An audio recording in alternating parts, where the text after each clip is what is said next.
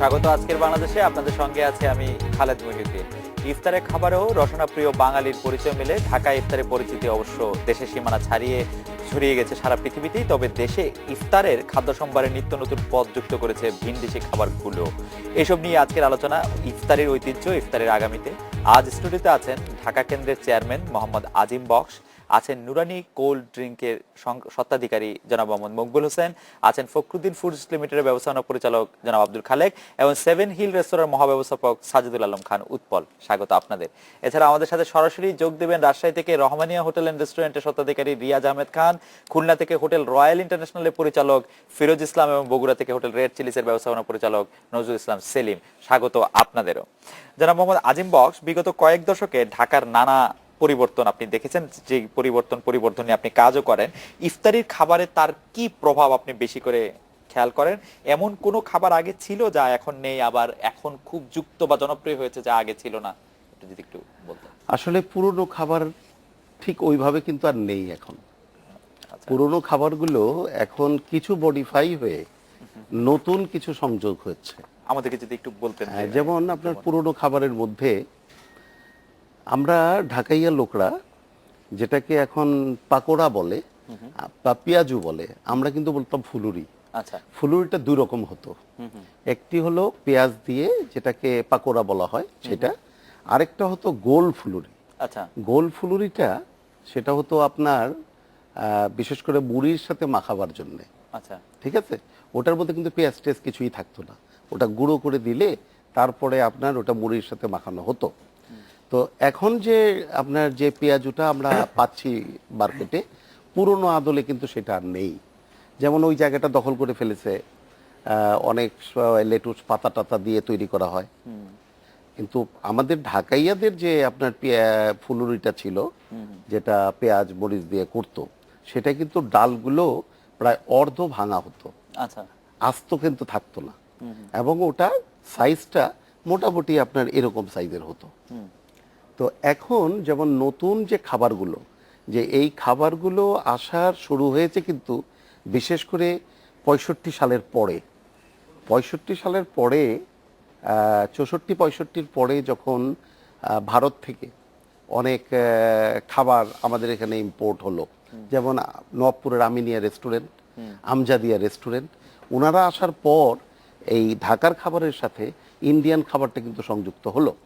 যেমন এখন বর্তমানে যে যে খাবারগুলো আপনার এখন নতুন ঢাকাতে হচ্ছে, সেইগুলা পুরনো যে খাবারগুলো ওটা এক্স্যাক্টলি ওই পর্যায়ে আর নেই, ওর সাথে আরো নতুন সংযোজন হয়ে নতুন একটা রূপ ধারণ করেছে। আচ্ছা, জি, এতে কি মানে ঢাকার খাবারের ঐতিহ্য কি একটু মানে পিছিয়ে পড়লো না? মানে ডেফিনেটলি পিছিয়ে পড়লো। কারণ হলো যেমন চকবাজার, পুরনো ঢাকার চকবাজার হলো এই এই সমস্ত মুখরোচক খাবারের প্রাণ কেন্দ্র। আচ্ছা, হ্যাঁ, তো এখন এই খাবারটা কিন্তু নানান জায়গায় ছড়িয়ে পড়েছে।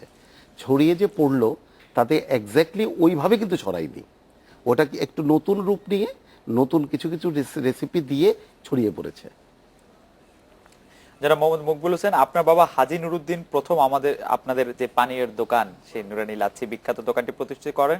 সেই সময়ের রমজান মাস আর এই সময়ের রমজান মাসের মধ্যে আপনি বড় কি পার্থক্য দেখেন? আপনার এইটা ইফতারের খাবার দাবার প্রসঙ্গে যদি একটু বলতেন। ওই যে উনি যে একটু আগে বললেন যে এখন চারিদিকে ছড়ায় পড়ছে, ঠিকই আছে ঘটনাটা, এখন কিন্তু সেই জিনিসটা এখন সম্পূর্ণ চকবাজারের নেই, যেহেতু এটা বিভিন্ন জায়গায় ছড়ায় গেছে।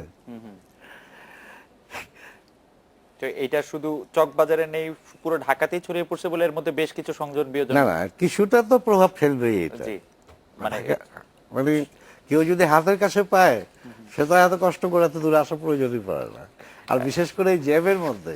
আচ্ছা, তাতে কি না ই পড়াটাই কোনো বিক্রিতে কোনো না না প্রবলেম হয় না বা প্রবলেম পড়বে। আচ্ছা, জনাব আব্দুল খালেক, আপনি যদি একটু বিবেচনা করতেন, আপনি অবশ্য অনেক তরুণ, তবু আপনি নিশ্চয়ই জানেন যে আপনারা প্রতি বছর ইফতারে কোনো না কোনো কিছু নতুন যোগ করতে চান। এই যোগটার ফলে কি পুরনো জিনিসটা হারিয়ে যায় না, নাকি আপনারা নতুন? না, আসলে আমাদের যারা কনজিউমার ওনারা চায় যে প্রতি বছর নতুন কিছু হোক, আচ্ছা, কোনো নতুন আইটেম থাকুক। তো পুরনো যখন থেকে আমরা মানে সেই 66 সাল থেকে আমরা যে আইটেমগুলো করে আসছি, প্রতি বছর কিছু না কিছু সংযোগ হয়। আচ্ছা। সেটা হলো কাস্টমারের চাহিদা অনুযায়ী নতুন এই বছর কি আসতেছে। প্রথম 2-1 রমজান আমরা দেখি যখন নতুন কিছু চাই, তো আমরা ওভাবে রেডি প্রিপারেশন রাখি যে এই বছর আমরা নতুন করব। যেমন এই বছর আমরা কিছু নতুন নৃত্য দিয়েছি, যেমন শাহী টুকরা। আমরা বিগত এত বছর রমজানে আমরা এই আইটেমটা রাখি নাই, তো এই বছরে আমরা এই আইটেমটা রাখলাম। তারপর আপনার চানার চাট, এটা একটু ইন্ডিয়ান টাইপের ফুড, মানে ইন্ডিয়ান কালচাররা এটা ব্যবহার করে বেশি, ইন্ডিয়ান ইয়েরা। তো আমরা এই চানার চাটটা এবার নতুন একটা সংযোগ করলাম। মেইনলি কি জানার এটা হলো ইন্ডিয়ান একটা চানার মতো। এই চাটটা হলো কি একটু ইয়ে টাইপের, আপনাকে কি বলে, কারি টাইপের। যেমন আমরা চানা বুট খাই, ঠিক ওই টাইপেরই, একটু ব্যতিক্রম জিনিসটা, একটু বড় টাইপের হয়। আচ্ছা, একটু বড় করে। উৎপল ভাই, আপনারা যখন মানে ইফতারের আয়োজন করেন তখন মূলত বিদেশি নানা খাবারের সমাহার আমরা এর মধ্যে দেখতে পাই, মূলত না হলেও বেশ কিছুটার ক্ষেত্রে। তো ইফতার নিয়ে আপনাদের এই যে আইটেমগুলি করেন, কি আপনাদের মাথায় কি থাকে, যে মানে আপনারা কিরকম আইটেম করবেন? প্রথম হচ্ছে আমরা বাঙালিরা আমরা খুব খেতে পছন্দ করি, প্রথম থিং। সেকেন্ড থিং হচ্ছে আমরা খুব এখন আগের থেকে খাওয়ার ব্যাপারে খুবই কনসাস, এবং আমরা স্বাস্থ্যসম্মত খাওয়ার জন্য খুব পছন্দ করি, এবং এটা খুঁজে বার করার চেষ্টা করি আসলে স্বাস্থ্যসম্মত খাওয়া পাওয়া যায় কিনা ভালো। আমরা যেটা সেভেন রেস্টুরেন্ট থেকে করি, যেটা বললো যে আমাদের পুরনো ঢাকার ঐতিহ্য এবং বাইরের খাবার এবং আমাদের স্বাস্থ্যসম্মত খাবার, এই তিনটা কম্বাইন করে আমরা একটা খাওয়া দাওয়ার চেষ্টা করি, যেখানে আপনি স্বাস্থ্যসম্মত খাওয়া খেতে চান, you can get in there. পুরনো ঢাকার যদি কোনো ঐতিহ্যের মতো, যেটা আমরা তেহরি খাই, ইফতারিতে তেহরিও পাবেন, আপনি হালিমও পাবেন, আবার আপনি ভেজিটেবলও পাবেন, চাইনিজ ভেজিটেবল যেটা স্বাস্থ্যসম্মত, স্যুপও পাবেন। এটা একটা কম্বাইন করে দিচ্ছি যেন আমাদের কাস্টমারদের পছন্দ করার ক্ষমতাটা বেশি থাকে, যেন সে পছন্দ করে, অপশন বেশি থাকে, অপশনটা যেন বেশি থাকে। আমি রাজশাহী থেকে রিয়াজ আহমেদ খানের সঙ্গে কথা বলবো।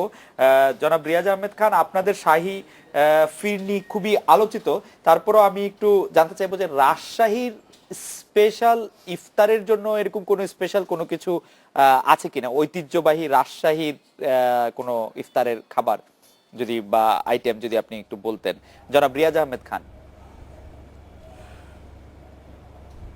জি, ধন্যবাদ আপনাকে। যে আসলে রাজশাহীতে আগে যে গতানুগতিক আপনার যে ইফতারির ব্যবস্থা হতো, তা আপনি ঢাকার রেস্তোরাঁ ব্যবসায়ীদের কাছ থেকে শুনেছেন যে অনেক পরিবর্তন এসছে। তো আগে তো মূলত আমরা রাজশাহীতে দেখে আসছি ছোটো থেকে পেঁয়াজি, বেগনি, ছোলা, এগুলোর মধ্যে মোটামুটি সীমাবদ্ধ থাকতো। তো এখন আর কি মানুষের খাবারের অনেক পরিবর্তন এসছে। আচ্ছা, সাথে সাথে এখন আমরা আপনার ইফতারির জন্য অনেক কিছু আমাদেরকে পরবর্তীতে যোগ করতে হয়েছে। যেমন আপনার এই যে শাহী ফিরনির কথা, এটা তো নিশ্চয়ই আপনারা শুনেছেন। তো আসলে আমাদের রাজশাহীর, আমি মনে করি যে এই শাহী ফিরনিটাই একটা ঐতিহ্য, যেটা আমার জানা মতে, যে আমি যে শাহী ফিরনিটা করি সেইটা আর মানে রাজশাহী তথা বাংলাদেশেও কোথাও এই ফিরনি হয় বলে আমার ঠিক জানা নাই। মানে জনাব রিয়াজ আহমেদ খান, এই শাহী ফিরনির বৈশিষ্ট্য কি আসলে, মানে এটা কি করে, এটা কেন আর সবকিছু থেকে আলাদা, একটু বলবেন আমাদের? অ্যাকচুয়ালি আসলে সত্যি কথা কি, যে এই শাহী ফিরনিটা, শাহী ফিরনির যে কাঁচামালগুলো ব্যবহার করা হয় সবটাই স্বাস্থ্যসম্মত এবং সবটাই খুব ভালো জিনিসের মধ্যে। যেমন আপনার এটার মূল উপাদান হলো দুধ। তো আমরা এটা এই রমজানের জন্য শুধু এটা রমজান মাসে করি, এবং আমরা এটাকে 1 নম্বর দুধ, গরুর দুধ কালেক্ট করি, এবং এই গরুর দুধকে জাল দিয়ে এর সাথে আমাদের চালের গুঁড়া কিছু মিশ্রণ আছে, কিছু আমাদের ফ্লেভার আছে, এগুলো মিশিয়ে আমরাই করি। এবং এটা আমার জানা মতে যে এই ইফতারির জন্যে এটা মানে অ্যাকচুয়ালি আমি পেটের জন্য বলবো এবং স্বাস্থ্যের জন্য বলবো যে এইটা খুবই স্বাস্থ্যসম্মত। যে এটা খেলে ইফতারি পরে ভাজা পড়াতে, যে এখন যে অনেকজন আমরা সচেতন মনে করি যে খালি পেটে খেলে অনেক ক্ষতি হতে পারে, গ্যাস ট্যাসের প্রবলেম। তো আসলে এই শাহী ফিরনিটা একটা মজাদারও এবং এটাতে কোনো ক্ষতি করে না আর কি আমার জানা মতে। জনাব রিয়াজ আহমেদ খান, আপনাকে ধন্যবাদ। আমি খুলনা থেকে ফিরোজ ইসলাম জনাব ফিরোজ ইসলাম, আপনার কাছ থেকে জানতে চাইবো যে আপনারা তো ফালুদা সহ বিভিন্ন ধরনের ইফতার করেন, ইফতার মেলাও করে থাকেন, খুলনার কোনো স্পেশাল ইফতার আইটেম যেটা আছে কিনা, যেটা আমাদের বাংলাদেশে আর আপনাদেরই মানে খুলনাতেই শুধু হয়?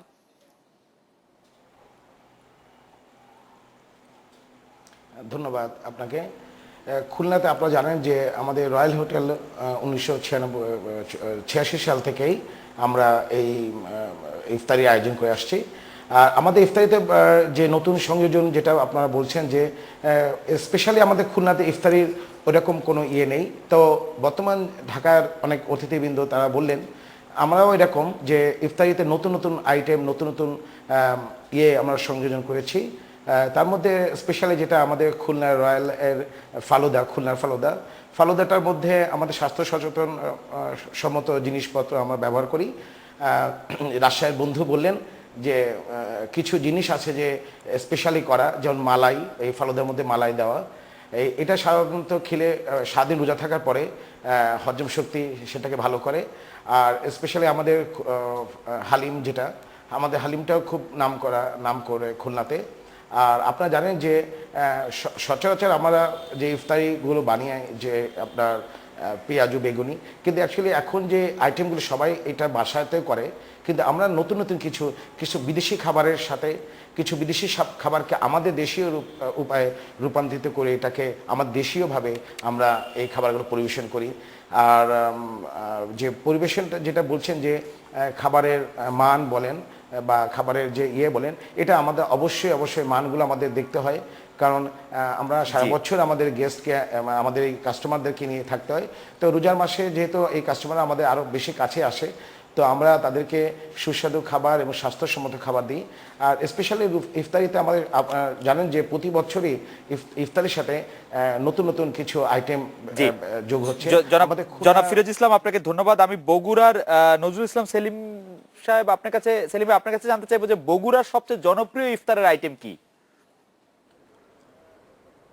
সেলিম ভাই। আসলে বগুড়া, আপনি জানেন যে বগুড়ায় আমাদের বিখ্যাত হচ্ছে দই। তো দই সংশ্লিষ্ট একটা খাবার আমাদের এখানে খুব জনপ্রিয়, সেটা হচ্ছে পাটিসাপটা পিঠা, যেখানে আমরা খিরসা ব্যবহার করি। আর তাছাড়া আমরা আসলে ইফতারের ব্যাপারে সবসময় ঢাকাকেই অনুসরণ করি। ঢাকার দই বড়া বা শাহি হালিম, আর আপনার ছোলা, পেঁয়াজ, বেগুন তো রয়েছেই। এটা হলো আমাদের বগুড়া স্পেশালি সেরকমভাবে কোনো গড়ে ওঠে নাই, শুধু আমরা ঢাকামুখী হয়েই থাকি আর কি, বলতে পারেন আর কি। আর আমাদের যেহেতু কর্পোরেট ইফতার আমরা আয়োজন করি, সেক্ষেত্রে কর্পোরেট ক্লায়েন্টদের ওরা চাহিদাটাই আমরা বিবেচনা করি। সেলিম ভাই, আপনাকে ধন্যবাদ। আমরা জনাব মোহাম্মদ আজিম বক্স, আপনার কাছে জানতে চাইবো যে এই যে আপনি খাদ্যের অভ্যাস বা খাদ্যের জনপ্রিয়তার পরিবর্তনের একটি ধারা নিয়ে আপনি কথা শুরু করেছিলেন, সেটি আমরা একটু জানতে চাইবো যে আপনি বলছিলেন যে 1965 সালের পর থেকে ভারতীয় কিছু খাবারের প্রভাব আমাদের এখানে দেখা যায়, কারণ যেহেতু মাইগ্রেট করে এসেছিল। সে সম্পর্কে আর একটু বিস্তারিত আপনার কাছ থেকে শুনবো যে এইটা আসলে কতগুলি দিকে এটি ছড়িয়ে গেছে। আমরা একটা বিরতি নিচ্ছি, বিরতির পর ফিরে এসে আপনার কাছ থেকে। বিরতির পর ফিরলাম। আজকে বাংলাদেশে জনাব আজিম বক্সে যে খাদ্যের রুচিতে মানুষের পরিবর্তন বা আইটেমের বিবর্তন নিয়ে আপনার কাছে একটু জানতে চাইছিলাম। যে আসলে আপনার 65 বা 64 সালের আগে ঢাকায় আমরা চীনাবাদামের সাথে কোনোদিন লবণ কিন্তু খেতাম না। এই লবণটা দেওয়াটা কিন্তু অ্যাড হয়েছে 64-র পরে 65-তে এসে। কারণ 65-র দাঙ্গার পরে যখন আপনার ভারত থেকে প্রচুর লোকজন কিন্তু মাইগ্রেট করার ফলে যে তাদের যে খাবারগুলো, এগুলো আমাদের মধ্যে অনুপ্রবেশ করে। আর খাবার তো এরকমও জিনিস, যে খাবারটা আমি কোনোদিন খাইনি, সেটা যদি আমার কাছে পছন্দ হয়ে যায়, ভালো লাগে, তাহলে কিন্তু আমি ওই চর্চা শুরু করে দেব। এইভাবেই কিন্তু সাধারণত খাবারগুলো আসছে। এখন এই যে মানে ঢাকার খাবার, অরিজিনাল ঢাকার যেটা খাবার, সেই খাবারগুলো যে অন্যরকম হয়ে গেল, এটা কিন্তু কেউ জোর করে করেনি, এটা কিন্তু ধারাবাহিকতাই আসছে। যেমন মনে করেন আগে যে খাবারের বৈশিষ্ট্য ছিল, সেই বৈশিষ্ট্যগুলো হলো যে আগে কিন্তু এত রেস্টুরেন্ট ছিল না। ইভেন কি অনেক খাবার যেটা ইফতারির খাবার হিসাবে চকবাজারে পাওয়া যেত বা ওই সময় হতো, অন্য সময় কিন্তু এগুলো পাওয়া যেত না। আচ্ছা। যেমন পুরনো ঢাকায় একটা বিষয় আছে যে এখনো পুরনো ঢাকার যে পাড়া মহল্লার যে মসজিদগুলো, সেই মসজিদে কিন্তু ইফতারের বড় আয়োজন হয়। এই বৈশিষ্ট্যটা হলো যে এক সময় যারা মুসাফির, তার মানে হলো যে ময়মনসিংহ থেকে সে হয়তো ফরিদপুর যাবে ঢাকা হয়ে, সে কিন্তু একদিন যেতে পারতো না, সে কিন্তু একদিন হল টেস্ট করতে হতো এখানে। সেই হল টেস্ট করার মতো এত হোটেল কিন্তু ছিল না। মসজিদের মধ্যে কিন্তু একটা হুজরাখানা হতো সব জায়গায়, সেই হুজরাখানাতে পাড়ার লোকজন যারা অতিথি থাকতো তাদের খাবার সাপ্লাই করতো। এবং যার জন্য নতুন ঢাকায় মসজিদে কিন্তু ইফতার হয়, পুরনো ঢাকার মতো না। পুরনো ঢাকায় প্রতি বাড়ির থেকে কিন্তু ইফতার দিবে মসজিদে, এবং ওখানে মানে খাওয়ার এত হয়ে যায় যে অনেক সময় আপনার এক্সেস হয়ে যায় খাবারটা। তো এই যে ভালো ভালো জিনিস দিয়ে অতিথিকে আপ্যায়ন করা, এগুলো কিন্তু ঢাকার একটা বৈশিষ্ট্য। কারণ ঢাকা তো আপনার অরিজিনাল ঢাকা কিভাবে পুরনো হয়ে গেল এটাই কিন্তু বড় বৈশিষ্ট্য। কারণ নতুন ঢাকা হওয়ার পরে পুরনো ঢাকা হয়ে গেছে এটা, Right. তাই না? তো সেই জন্য সব বিষয়গুলোই কিন্তু পরিবর্তিত হয়েছে, সেটা কেউ চাক বা না চাক। যারা মকবুল হোসেন, আমাদের একজন দর্শক সাফা, উনি প্রশ্ন করেছেন যে মানে রমজানের তো মূল, পবিত্র রমজান মাসের তো মূল উদ্দেশ্যটাই হচ্ছে যে মানে সংযম, কিন্তু আমরা কি এই যে ইফতারের মধ্যে নানা ধরনের বাহারি ইফতার করে ব্যাপারটাকে, সংযমটাকে দূরে সরিয়ে দিচ্ছে কিনা, এবং ইফতারের বিভিন্ন রকম ইয়ে করে মূল স্পিরিটটা হারিয়ে যাচ্ছে কিনা, আপনার কাছে কি মনে হয় এটা? এটা কি কোনো খাওয়া নিয়ে? জি, খাওয়ার ক্ষেত্রে আমরা ইফতার নিয়ে বেশি বাড়াবাড়ি করতেছি কিনা, বেশি খাচ্ছি কিনা, ওনার না, প্রশ্নটা। বেশি খাচ্ছে না ঠিক, এটা এটা এটা বললে ভুল হবে। বেশি তো কেউই খেতে পারবে না, এটা তো আপনিও পারবেন না, আমিও পারবো না। একটা লিমিটের মধ্যেই তো খাই সবাই আমরা। কিন্তু খুব ভোগবাদী হয়ে উঠছে কিনা আমরা, যে খাওয়ার ক্ষেত্রে নানা ধরনের আইটেম, নানা নানা ধরনের ওই যে এখন মনে করেন যে যে এনারা যা বললো, যে ভাইয়েরা যা বললো, যে এখন পুরনো সেই জিনিসগুলোর সাথে নতুন জিনিসগুলো এখনই হচ্ছে, সংযোজন হচ্ছে। তো সেই সংযোজন কিন্তু আমাদের চকবাজারেও কিছুটা হচ্ছে, আচ্ছা সেগুলো জিনিস এখন চকবাজারেও আসতেছে, আচ্ছা, এবং মানে সেই জন্য তারাই চেঞ্জ করতেছে।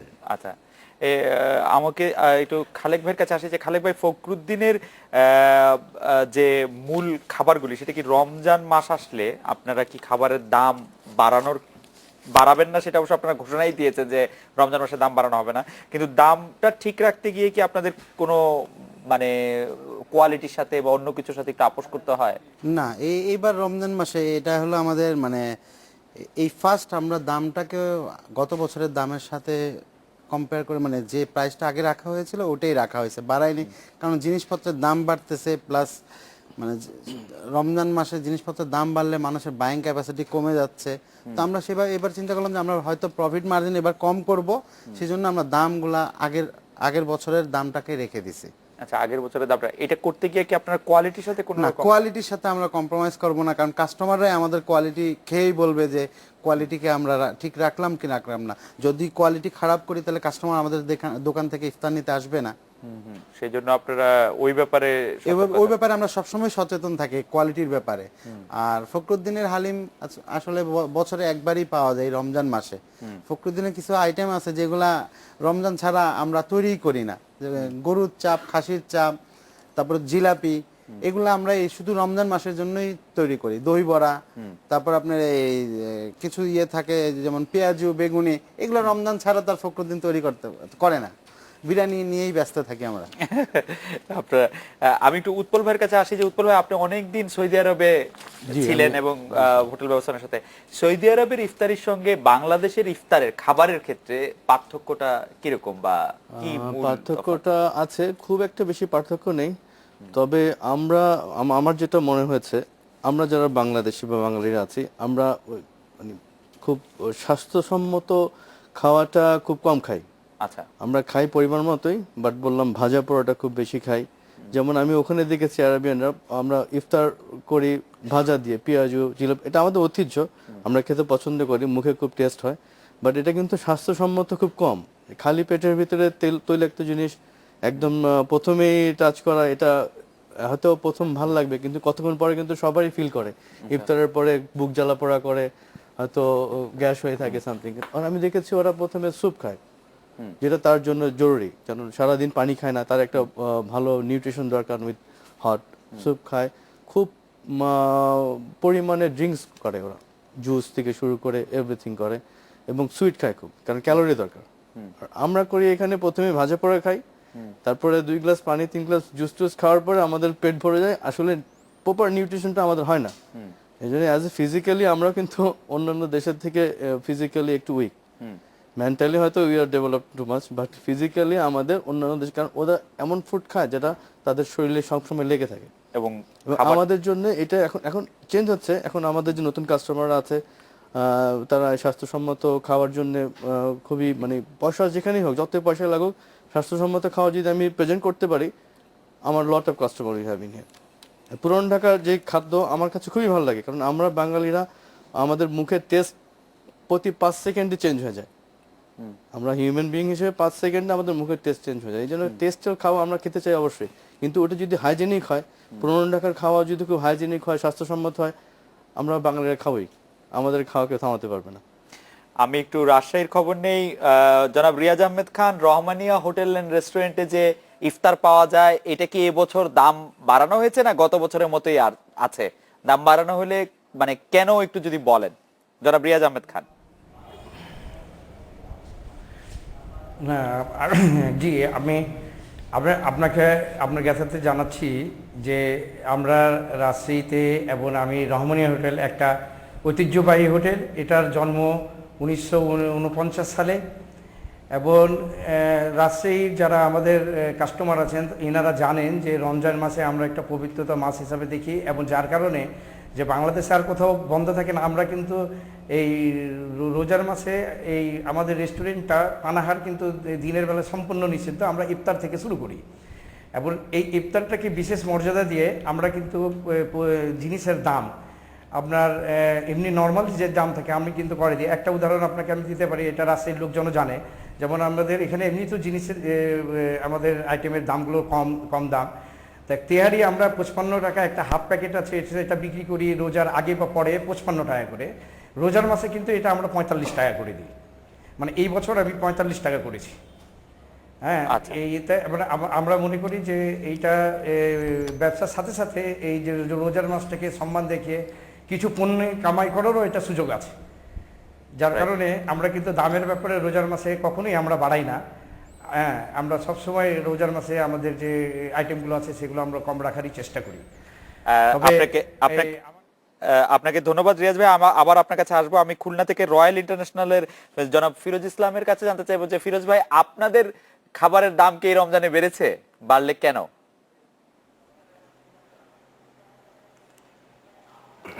ধন্যবাদ। অ্যাকচুয়ালি প্রতি বছর জিনিসপত্রের দাম কিছু না কিছু বাড়ে, এবারও জিনিসপত্রের দাম বাড়ছে, কিন্তু সেই তুলনামূলকভাবে আমরা আমাদের খাবারের আইটেমে কোনো জায়গায় অত বেশিটা দাম বাড়েনি, একটু হয়তো বাড়ছে, বাট সেটা মানে সহন পর্যায়ে। বাট আমাদের দাম বাড়ানোর সাথে যে আমাদের কোয়ালিটির একটা ব্যাপার আছে, যে আমরা দাম কম রাখছি, কোয়ালিটি লো করছি, এরকম কোনো সম্ভাবনা আমাদের সামগ্রীর মধ্যে নেই। দাম কিছুটা বেড়েছে ফিরোজ ভাই, মানে এটা কি পরিমাণ, মানে 10 ভাগ 20 ভাগ শতকরার হিসাবে সেরকম বলা যাবে ফিরোজ ভাই কতটা বেড়েছে? না জি না, এটা শতকরা হিসেবে জি ধন্যবাদ। শতকরা হিসেবে বললে আমরা 5% মতো হয়তো বাড়াইছি, কারণ অ্যাকচুয়ালি কাঁচামাল যেভাবে দাম বাড়ছে সেই হিসাব করলে আমাদের দামের পার্থক্যটা একদম কম। বিশেষ করে হোটেল রয়্যালের যে খাবার সামগ্রী অন্য যে কোনো জায়গার খুলনার তুলনায় আমাদের দাম কম। জি ফিরোজ ভাই আপনাকে ধন্যবাদ। ফিরোজ ভাই আপনাকে ধন্যবাদ। আমি বগুড়ার সেলিম ভাইয়ের কাছে যাব। জনাব নজরুল ইসলাম সেলিম ভাই, আপনি একটু আমাদের বলবেন যে বগুড়ায় আপনারা খাবারের দাম বাড়িয়েছেন কিনা, এই ইফতারের খাবারের দাম এই রমজানে? ধন্যবাদ। আমাদের গতবারে মেনুতে যে তালিকা, যে মূল্য তালিকা ছিল, এটা অপরিবর্তিত রেখেছি আমরা। এবার আমরা কোনোভাবে কোনো আইটেমের দাম বাড়াই। আমরা চেষ্টা করি যে আমাদের ইচ্ছা আছে যে আমাদের গ্রাহক যারা আছেন, আমাদের কর্পোরেট গ্রাহক, গতবারের যে মূল্য তালিকা সেটাই অনুসরণ করছি আমরা। আমরা কোনো 1 পয়সাও দাম বাড়াইনি কোনো আইটেমেই না। আপনাকে অনেক ধন্যবাদ। আমরা আবার একটা বিরতি নিচ্ছি। আজিম ভাই যখন ফিরে আসবো তখন আমাদের একজন দর্শক জনাব মামুন, উনি আপনার কাছে একটু জানতে চাইছেন যে খাবারটি নিয়ে, পুরান ঢাকার যে খাবারটি নিয়ে গত 10-12 বছর ধরেই বেশ আলোচনা হচ্ছে, সেটা হচ্ছে বড় বাপের পোলা রাখায়। আপনি যদি একটু বলতেন এই খাবারটি কবে থেকে শুরু হয়েছে বা কিভাবে আসলো। আমরা একটা বিরতি নিচ্ছি, বিরতি থেকে ফিরে অতিথির সঙ্গে আরো কথা হবে। বিরতির পর ফিরে এলাম। আজকের বাংলাদেশে জনাব আজিম বক্স, আপনাকে জানতে চাইছিলাম যে একজন দর্শক মামুন, উনি বড় বাপের পোলারা খায় সম্পর্কে পোলায় খায় সম্পর্কে জানতে চাইছেন। এটা অনেকটা ফিউশন খাবার, আমি যতদূর জানি, যে এই খাবারটা সম্পর্কে যদি একটু আসলে বড় বাপের পোলা খায় এই খাবারটা কিন্তু পুরনো, কিন্তু এখন যেমন আপনাকে আমি যদি বলি যে এখন যে FM ব্যান্ডের রেডিও হয়েছে, অনেকেই কিন্তু বলেন যে ওটা যে ভাষায় কথা বলা হয় এটা নাকি বাংলিশ ভাষা, মানে বাংলা এবং ইংরেজি মিলিয়ে। তো বড় বাপের পোলায় খায় এই জিনিসটাই এত, মানে জিনিসটা একটা বিদঘুটে শোনা যায়, যার জন্য ইয়াং জেনারেশনকে বেশি আকৃষ্ট করে। আসলে সেই খাবারটা কিন্তু কয়েকটা খাবারের সংমিশ্রণ, আর কিছু না। তো বড় বাপের পোলায় খায়, এটা আমার মনে হয় নতুন ঢাকায় কেউ শুরু করেছে কিনা আমি জানি না, না, এরকম এখনো তবে শুরু বোধহয় ক্যাপিটাল বোধহয় চেষ্টা করেছিল বেলি রোডে শুরু করার, তাই একবার বোধহয় করেছিল, এরকম একটা শুনেছিলাম আমি। তো আসলে এই খাবারটা মধ্যে কোনো ঐতিহ্যের কিচ্ছু নাই। আচ্ছা, এটা হলো যেমন আমরা মুড়ি মাখিয়ে যে মুড়ির যে ভর্তা তৈরি করি, সেটা হলো চিরা টিরা মুরগির মাংস টাংস দিয়ে একটা তৈরি করা হয়। তো আসলে এটা ইয়াং জেনারেশনের মধ্যে একটা ক্রেজ হয়ে গেছে এই জন্যে যে খেতে হবে। এটা কি আছে এর ভিতরে, আসলে তেমন কোনো বড় ব্যাপার এটা না। যে কি মানে নামটাই এটার আসলে অনেকখানি হ্যাঁ, হ্যাঁ, গল্প জি, করে। জি, জি। মকবুল ভাই, নুরানির লাচ্ছি ও শরবত শুধু রমজান মাসেই না, এটা সারা বছরই মানে এটা একটা ঐতিহ্য ধরে রাখে, বা সারা বছরই মানুষের একটা আকর্ষণ ধরে রাখে। সরি, ঐতিহ্য না, না, এটা আমাদের দ্বিতীয় তৃতীয় কোনো নেই, শুধু এই আইটেমই আপনার 12 মাস এই আইটেমই চলে। লাচ্ছি এবং শরবত। হ্যাঁ। আপনি একটু দর্শকদের একটু ধারণা দিবেন, রমজান মাস ছাড়া আপনি অন্য সময় কত গ্লাস বা কত পরিমাণ লাচ্ছি বা এবং শরবত? এই প্রশ্নটা কিন্তু একটু ব্যবসায়িক পর্যায়ে চলে যাচ্ছে। না না না, মানে একটু ধারণা পাওয়ার জন্য, মানে আপনারা তো একটা আসলে লিজেন্ড হয়ে গেছে নুরানির লাচ্ছি এবং শরবত, ব্যবসায়িক সিক্রেট নিশ্চয়ই এখন আর নাই। না, ওটাই বলতেছি, ওটা যদি ওইভাবে বলতে বলে। যে পরিমাণটা, যে পরিমাণটার কথা, মানে কি পরিমাণ লোক আসে বা ওরকমও যদি একটু বলতেন, বা আপনারা কি পরিমাণ আমি মনে করি এটা 12 মাসে আমরা শুধু শীতকালটা ছাড়া, শীতকাল 3 মাস বাদ দিয়ে এটা প্রায় একই রকম। আমাদের একটু এদিক সেদিক হয় কম বেশি, কিন্তু ওই পরিমাণ ঠিকই আসে, আচ্ছা, সেই ধরনের ভাবেই চলে। কতজন কাজ করেন আপনার এখানে এই লাচ্ছি এবং শরবত দুটোর? প্রায় 10 জন। প্রায় 10 জন। কতক্ষণ খোলা থাকে এটা? সকাল 8টা থেকে তা সকাল 8টা থেকে রাত কমপক্ষে 12টা। কমপক্ষে 12টা, সারা দিনই মোটামুটি এই অবস্থা থাকে। আমাদের একজন দর্শক খালেক ভাই আপনার কাছ থেকে জানতে চাইছেন যে আপনি কি মনে করেন যে কেন ফখরুদ্দিনের খাবার স্পেশাল, মানে স্পেশালিটিটা কি? আপনি যদি এটা আমি তো মনে করি এটা না, কনজিউমাররা মনে করে, কনজিউমাররা মনে করে। আর আসলে স্পেশালিটি বলতে ফখরুদ্দিনের হালিম একটু স্পেশাল, যেহেতু স্পেশাল এই কারণে বলা হয়। আমি অন্যান্য জায়গায় হালিমের সাথে আমাদের হালিমের পার্থক্যটা শুধু এভাবেই দেখি যে আমাদের হালিমে আপনার খাসির পায়াকে আপনার বয়েল করা হয়, যেখানে আমি অন্যান্য জায়গায় হালিমে দেখি না এই ধরনের ইয়ে। আর গরুর চাপে আরেকটু পার্থক্য হলো গিয়ে, গরুর চাপ আমরা ওই চেপে একেবারে চ্যাপটা করে এটাকে রান্না করা হয়, এবং এটার মধ্যে বুটের ভাঙা বুট দেওয়া হয়। তো এই ধরনের কিছু আইটেম আছে যেটা ফখরুদ্দিনের কিছু কিছু রমজানের আইটেম ব্যতিক্রম। আচ্ছা, মানে এইটাই আপনি মনে করতেছেন যে এই স্পেশালিটি? জি। এক কথায় বললে ফখরুদ্দিনের স্পেশালিটিটা হচ্ছে যে এর অন্য খাবারের চেয়ে এটা আলাদা বলে? হ্যাঁ, আলাদা হয় সম্পূর্ণ, কালার বলেন, টেস্ট বলেন, সম্পূর্ণ। এটা আমি বলতেছি, বাট আমাদের কনজিউমাররাও এটা বলে। উৎপল ভাই, আধুনিক রেস্তোরাঁগুলি, বিশেষ করে নতুন ঢাকার আধুনিক রেস্তোরাঁগুলি ইফতারের জন্য বিভিন্ন রকম প্যাকেজ অফার করে, যে সেই প্যাকেটটা নেওয়ার ক্ষেত্রে তো অনেক ক্ষেত্রে আমাদের কয়েকজন দর্শক এটা বলেছেন যে এইসব প্যাকেটের ক্ষেত্রে আমরা খাবারের মানের ক্ষেত্রে অনেক সময় মানে ঠিক যেটা আশা করি সেটা আমরা পাই না। এইটা কি প্রবলেমটা কি প্যাকেজিং এর? আমরা যে কাগজের প্যাকেটটা ব্যবহার করি সেটার প্রবলেম, নাকি অন্য কোনো প্রবলেম আছে? প্রবলেম, হ্যাঁ, ওটা কাগজের প্যাকেটও আছে। আমাদের প্যাকেজিংটা বেসিক্যালি বিভিন্ন দেশের, ওয়ার্ল্ডের অন্যান্য দেশের সাথে ফুড হাইজিনিক এর ব্যাপারে আমরা ফুড প্যাকেজিং এ অতটুকু উন্নত করতে পারিনি এখন আমাদের বাংলাদেশে। আমরা লোকাল প্যাকেজিংই করি, লোকালটা আস্তে আস্তে হচ্ছে ডেভেলপিং, ওইটার একটা ব্যাপার আছে। আর ইফতারের যে মেনুগুলি আছে বা আইটেমগুলি আছে, এর একটা বড় সমস্যা হচ্ছে আপনি ইফতার করবেন মাগরিবের সময়, বাট আপনি ইফতারটা প্যাকেজ নেবেন 3টা 4টার দিকে, হয়তো 5টার দিকে, 2 আওয়ার্স এবার এটা আপনি প্যাকেট করে রেখে দিতে হচ্ছে। আপনি খাচ্ছেন ভাজা পোড়া, এটা 2 ঘন্টা আগে রান্না করা, এটা প্যাকেজিং আছে, গরমের ভিতরে রাখবেন। এটা যখন আপনি কনজিউম করবেন তখন আপনি কখনোই, যখন আমি ভেজেছি বা আমি যখন রান্না করেছি ওই সময় যে কোয়ালিটি বা টেস্ট ছিল এটা আপনি কখনোই পাবেন না। ইফতারের ক্ষেত্রে আমরা সবসময়, আমি তো 3 বছর ধরে এই রেস্টুরেন্টে আছি একদম বিগিনিং থেকে, আমরা যদি লাইভ কুক করে দিই, লাইভ কুকের যে টেস্ট, ওটা যদি আপনি প্যাকেট করে বাসায় নিয়ে যান, ওই টেস্ট কখনো পাবেন না।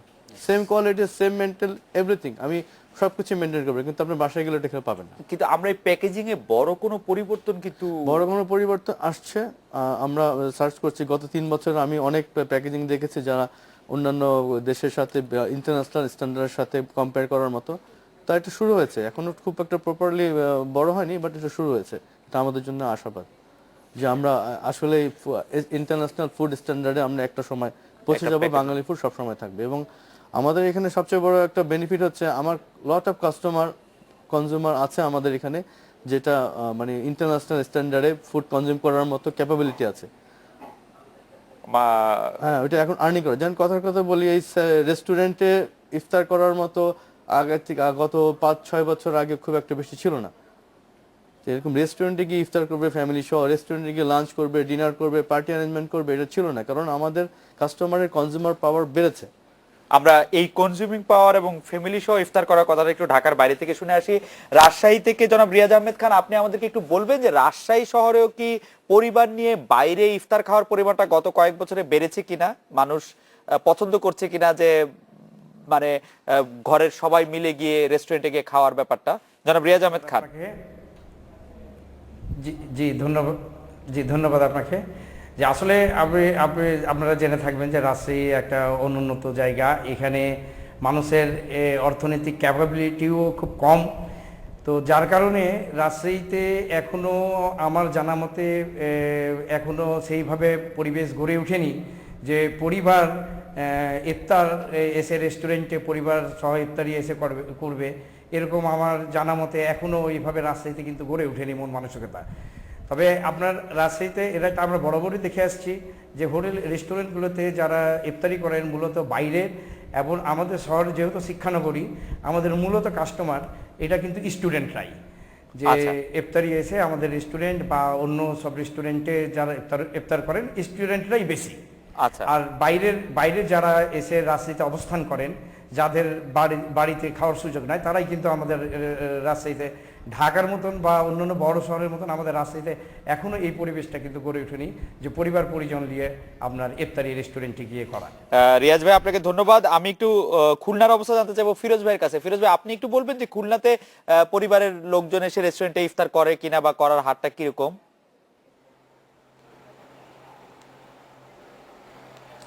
ধন্যবাদ। আপনারা জানেন যে হোটেল রয়্যাল একটা ইন্টারন্যাশনাল হোটেল। আমাদের এখানে পরিবার পরিজন নিয়ে ইফতারি করার প্রবণতা ইদানিংকালে বেশ বেড়েছে। আমাদের যে গেল 2-3 বছর আমাদের প্রচুর পরিমাণে কাস্টমার পরিবার পরিজন নিয়ে তারা ইফতারি করতে আমাদের রেস্টুরেন্টে আসেন।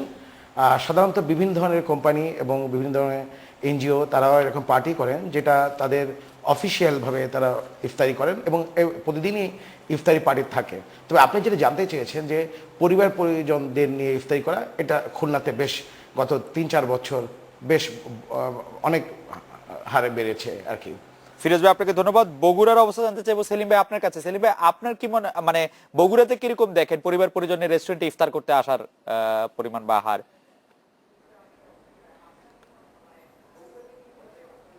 ধন্যবাদ। বগুড়ায় এই ধরনের ট্রেন্ড এখনও ওইভাবে রিমার্কেবলি গড়ে ওঠে নাই। এখানে আসলে কর্পোরেট ইফতারগুলো বেশি হয়। কর্পোরেট ইফতারে হয়তো দেখা যায় যে যখন ফ্যামিলি হয়তো ইনভাইটেড হয়, কিন্তু আপনি যে সেন্সে বলছেন সেই সেন্সে আমার মনে হয় না বগুড়ায় ওই রাজশাহীর মতোই অবস্থা। এখানে ওইভাবে ওই ধরনের ট্রেন্ড গড়ে ওঠে নাই, ওইভাবে আমরা এখন পাচ্ছি না। আপনাকে অনেক ধন্যবাদ সেলিম ভাই। আমরা আরো একটা বিরতি নিচ্ছি। বিরতির পর ফিরে এসে আজিম ভাই আপনার কাছ থেকে জানতে শুরু করব যে আগামী দিনে আমাদের ইফতারের খাবারে বা মূল খাবারেও কি ধরনের পরিবর্তন আপনি দেখছেন বা আশা করছেন। আমরা একটা বিরতি নিচ্ছি। বিরতির পর ফিরে এলাম। আজকে বাংলাদেশে আগামী দিনের ইফতার বা আগামী দিনের খাবার নিয়ে জানতে চাইছিলাম। আজিম ভাই, আপনাকে দিয়ে শুরু করি। আগামী দিনের ইফতার বা খাবার কেমন হতে পারে? বা আসলে এখন কিন্তু মানুষ খাদ্য সচেতন হয়ে গেছে। যেমন আমরা আগে মনে করতাম যে ভেজিটেবল যদি খাই আমরা তাহলে স্বাস্থ্যের জন্য অনেক ভালো, কিন্তু এখন যেমন নাও আই এম রানিং 67, তো আমি দেখি আমার জন্য যে চার্ট করে দিয়েছে সে ভেজিটেবলের মধ্যে অনেকগুলো আইটেম আছে যেগুলো খাওয়া যাবে না, যেটা নাকি আমাদের ধারণাই ছিল না এগুলো বিষয়ে, তাই না? তো এখন আগামী দিনে যেটা হবে, বা আমরা যে ট্রেন্ড যেদিকে যাচ্ছে সেই দিকে কিন্তু ওল্ড ট্রেডিশনের খাবার কিন্তু থাকবে না। আচ্ছা, যেমন আমি এখনই বলি যে ঢাকার অনেক খাবার, ঢাকাইয়া খাবার যেগুলো কিন্তু বিলুপ্ত হয়ে গেছে। যেমন একটা টিপা বলে একটা খাবার ছিল, সেটা হলো ওই যে গোল ফুলুরিকে অর্ধেক ভেজে এটা হাতের তালুতে নিয়ে এটা টিপ দিত, দিলে চ্যাপটা হলো, তারপর আবার ভাজা হতো। এটা অনেকে কিন্তু দো ভাজাও বলতো, তাই না? সেটা কিন্তু বিলুপ্ত হয়ে গেছে, এটা কোথাও পাওয়া যাবে না ঢাকা শহরে এখন। বাসা বাড়িতে পাওয়া যায়। বাসা বাড়িতে তো আলাদা ব্যাপার, আপনি এটা স্পেশাল রেস্টুরেন্টে তো আর পাওয়া যায় না। মানে বাইরে কিনতে পাওয়া যায় না। রাইট। তো এখন এই যে খাবারের ট্রেন্ডটা, এই ট্রেন্ডটা যেমন আপনি একটা কোশ্চেন বোধহয় আগে রেখেছিলেন যে আপনার ইফতারে বাইরের ফ্যামিলি কত যায় খাবার জন্য। শুধু ইফতার খাওয়ার জন্য কিন্তু ফ্যামিলি নিয়ে খুব কম যায়, যারা যায় তারা কিন্তু ডিনারটা সেরে আসে। আচ্ছা, ঠিক আছে, যেমন চিটাগং আরে খুলনা আরে কি রাজশাহী, খুলনা, রাজশাহী, বগুড়া। বগুড়া, তারা যেটা বললো তারা খুব একটা পাচ্ছে না, তারা পাচ্ছে কিন্তু স্টুডেন্টদের, কারণ ওনারা ইফতারটা করতে যাচ্ছে। হ্যাঁ। ঠিক আছে, তো এই যে এখন আমাদের শহরে যে কালচারটা শুরু হয়েছে, যেমন আপনার এই অ্যাপার্টমেন্ট কালচারে কিন্তু যেহেতু লোক সংখ্যা কম থাকে, তারা অনেকে কিন্তু রান্নাবান্নার ঝামেলা করে না, ওটা যে রাতের ডিনারটা সব খেয়ে আসে। তো এখন যেভাবে নতুন নতুন খাবার সংযোজন হচ্ছে, তাতে আমার মনে হয় যে আগামী দিনে খাবারের মানে এই আপনার খাওয়ার যে রুচিকর খাবার এবং স্বাস্থ্যগত খাবার, এগুলোর কিন্তু ডেভেলপড হবে। বগুলো আপনার কাছে কি মনে হয় আগামী দিনের খাবার বা আগামী দিনের ইফতারের খাবার কি হতে পারে, কি পরিবর্তন আসতে পারে? আগামী দিনের খাবার আর আগের দিনের খাবার, এই দুটো যদি আপনি অতি আধুনিক করতে চান, তাহলে তো সেই পুরনো ঐতিহ্য কিছুই রইল না। সেই পুরনো ঐতিহ্যের মধ্যে থেকেই নতুন কিছু এরকম বানাতে হবে, যেটা অবশ্য আমরা তো খাওয়া বিক্রি করি না, আমাদের শুধু পানি জাতীয়।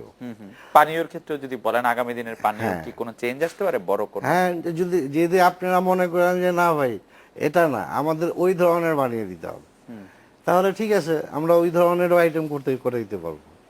আচ্ছা, মানে এটা আপনি বলছেন যে যারা ভোক্তা তাদের চাহিদার উপর অনেকখানি হ্যাঁ, নির্ভর করে। অনেক সময় হয়। আচ্ছা, আমি একটু ইন্টারাপ্ট করি জি, আপনাকে। জি।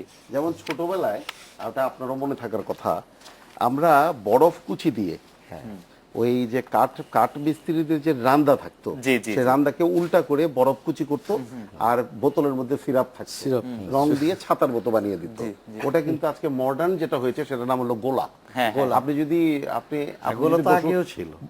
আগেই ছিল, হ্যাঁ। বসুন্ধরা মার্কেটে যান, ওখানে দেখবেন যে এরকম কিন্তু 8-10টা দোকান হয়ে গেছে। হ্যাঁ, এখন ঠিক আছে, ফুড কোর্টে এটা কিন্তু নব সংস্করণ। তো কাজী পুরনো খাবারকে নতুন আঙ্গিকে মোড়কে আসাবে। একটু এদিক সেদিক করে আমার মনে হয় ওই পর্যায়ে যাবে এটা। খালেক ভাই, আপনার কাছে কি মনে হয় যে আগামী দিনের খাবার বা আগামী দিনের ইফতারের item আসলে এর মধ্যে- ঐতিহ্যের খাবার তো থাকবেই, পাশাপাশি ঐতিহ্য খাবারকে মনে করেন একটু চেঞ্জ, কারণ কনজিউমারদের চাহিদা অনুযায়ী আপনাকে কিছু কিছু খাবার নতুনত্ব আনতেই হবে। কারণ একটা জিনিস খেতে খেতে কাস্টমাররা বলবে যে আজকে এটা খাইছি, কালকে ওটা খাবো, পরশুদিন আরেকটা খাবো, টেস্টটা চেঞ্জ করে। সো কনজিউমারদের চাহিদা অনুযায়ী আপনাকে পরিবর্তন করতে হবে খাবারের চাহিদাটা। কনজিউমারের চাহিদার পরিবর্তনটা কি করে আপনারা কি করে হ্যাঁ, বুঝতে পারেন? এটা আমরা বুঝতে পারি, কারণ হচ্ছে কি, যখনই আপনি নতুন কোনো আইটেম দিবেন, নতুন আইটেমটা আপনারা কিসের উপর ভিত্তি করে দেন? এটা তৈরি করি আমরা, যেমন শাহী টুকরা, জি। এটাকে আমরা রমজান মাসে দেই না, এবার দিলাম, যদি দেখি যে ভালোভাবে কনজিউমার এটাকে খাচ্ছে, মিষ্টি জাতীয় জিনিস, তো কন্টিনিউ এটাকে করব। সেরকম নতুন নতুন কিছু আইটেম থাকবে, যেমন চিকেন বটি কাবাব আমরা নর্মালি রমজান মাসে করি না, তো এবার ধরেন লাইভ কুক করা হয়েছে কিছু কিছু জায়গায়। সো কনজিউমাররা এটাকে যদি ভালোভাবে গ্রহণ করে, তাহলে বোঝা যাবে যে এটার প্রতি কনজিউমারদের একটা চাহিদা বাড়লো। তো এভাবে নতুনত্ব আনা যাবে। এইভাবে আপনার নতুনত্বের দিকে যান। যাই। উৎপল ভাই, আপনি কি মনে করেন আগামী দিনের খাবারের ক্ষেত্রে কি পরিবর্তন আসতে পারে বা কি পরিবর্তন আসা উচিত? আমার মনে হয় 80%ই পরিবর্তন হবে। আচ্ছা, প্রথম কথা, কারণ হচ্ছে আমি নর্মালি বলছি, টিভি চ্যানেলে কতক্ষণ অন্যান্য অনুষ্ঠানে, প্রত্যেকটা টিভি চ্যানেলে কম করে হলে প্রতিদিন 2-3 ঘন্টা খাওয়ার চ্যানেল অনুষ্ঠান দেখায়, বিভিন্ন বিভিন্ন রান্না, নতুন রান্না, বিদেশি রান্না, দেশি রান্না। তো এত রান্নার অনুষ্ঠান হলে আমাদের যে কাস্টমাররা আছে, আমরা যারা থাকি, আমাদের কিন্তু পছন্দ করার ক্ষমতা বেড়ে গেছে। তো সেই ক্ষেত্রে আমি যতটুকুই না বলি না আমি পুরনো ঐতিহ্য ধরে রাখবো, কিন্তু আমাকে চেঞ্জ করতে হবে। এখন পুরনো ঐতিহ্যের যে ভালো জিনিসগুলি আছে সেটা রাখতে হবে, যেটা বিয়োজন করার দরকার সেটা বিয়োজন করতে হবে। তাহলেই আমরা মানে আমাদের পুরনো ঐতিহ্য ধরে রেখে নতুনকে সংযোজন করে আমরা একটা ভালো পর্যায়ে চলে যাব, যেখানে আমরা ফুড তো চেঞ্জ হবেই, কারণ ফুড আগে যা ছিল এখন তো হবে, দিন দিন আস্তে আস্তে চেঞ্জ হয়। এবং কিন্তু এই পুরনোটাকে একবারে food ছেড়ে না habit দিয়ে আস্তে পুরনোর আস্তে যেটা change হয়। বিয়োজন করা দরকার সেটা বিয়োজন করে ভালোটা সংযোজন করে আমরা এক নতুনত্ব আনার তবে চেষ্টা করব। স্বাস্থ্যকর খাবারটাই আসল কথা। হ্যাঁ, আজকের অনুষ্ঠানে আসার জন্য মোহাম্মদ আজিম বক্স, মোহাম্মদ মকবুল হোসেন, জনাব আব্দুল খালেক, জনাব সাজিদুল আলম খান উৎপল, আপনাদের অনেক ধন্যবাদ। এই ছিল আজকের আপনাকেও। বাংলাদেশে। দেখা হবে আগামীকাল এই সময়। শুভরাত্রি।